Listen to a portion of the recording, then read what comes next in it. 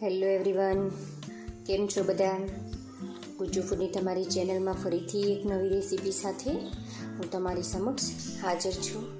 આજે high protein rich recipe બતાવીશ તમને. ફણગાવેલા મગ અને ચણાનો ચાટ છે. ફણગાવેલા મગ અને ચણાનો સલાડ પણ તમે કહી શકો છો. તો તેના માટે સામગ્રી બતાવી દઉં. ફણગાવેલા ચણા છે, ફણગાવેલા મગ, એક નાનું ટમેટું કાપીને લીધું છે, એક નાની ડુંગળી ઝીણી સમારેલી છે, આની અંદર મેં નાનું કેપ્સિકમ અને એક તીખું મરચું જેનું સમારી દીધું છે, અડધા લીંબુનો રસ અને ધાણા ભાજી છે.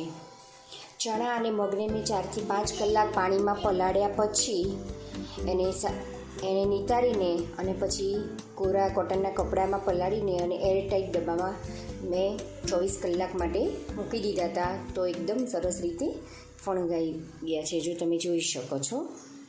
હવે આપણે રેસીપી તરફ જઈશું. સૌપ્રથમ આપણે તેમાં ફણગાવેલા મગ એડ કરીશું. ફણગાવેલા ચણાને મેં 1 સીટીમાં થોડાક બોઇલ કરી દીધા છે, બાફી લીધા છે. હવે તેમાં ટમેટા એડ કરી દઈશું, ડુંગળી એડ કરી દઈશું, કેપ્સિકમ અને લીલું મરચું એડ કરી દઈશું, થોડો લીંબુનો રસ, થોડી ધાણા ભાજી ને હવે આપણે એમાં થોડા સૂકા મસાલા કરીશું. સૂકા મસાલામાં થોડુંક ટેસ્ટ આવે તેટલું આપણે મીઠું એડ કરીશું, થોડુંક ચાટ મસાલો એડ કરીશ, થોડું ગરમ મસાલો, શેકેલું જીરું પાવડર છે. હવે આપણે તેને મિક્સ કરીશું.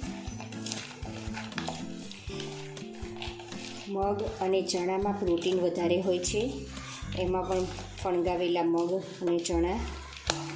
આ સલાડ હેલ્ધી રેસીપી છે અને ડાયટ માટે પણ ઉપયોગી છે. તો તમે જો ડાયટ પર હોય તો તમે આ રેસીપી યુઝ કરી શકો છો. તમે સલાડ જોઈ શકો છો, તમે એકદમ ટેસ્ટી સલાડ તૈયાર છે. તો હવે આપણે તેને સર્વ કરશું.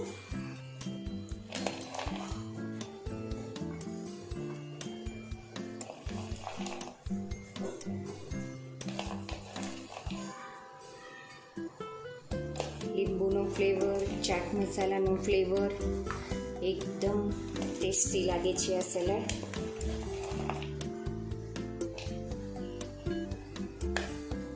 તો મિત્રો, તૈયાર છે આપણો ફણગાવેલા કઠોળનો સલાડ. તમે ચાટ પણ કહી શકો છો. તમને મારી રેસીપી પસંદ આવે તો જરૂરથી એકવાર ટ્રાય કરજો. ફરીથી નવી રેસીપી સાથે તમને હું મળીશ. જય હિન્દ, જય ભારત.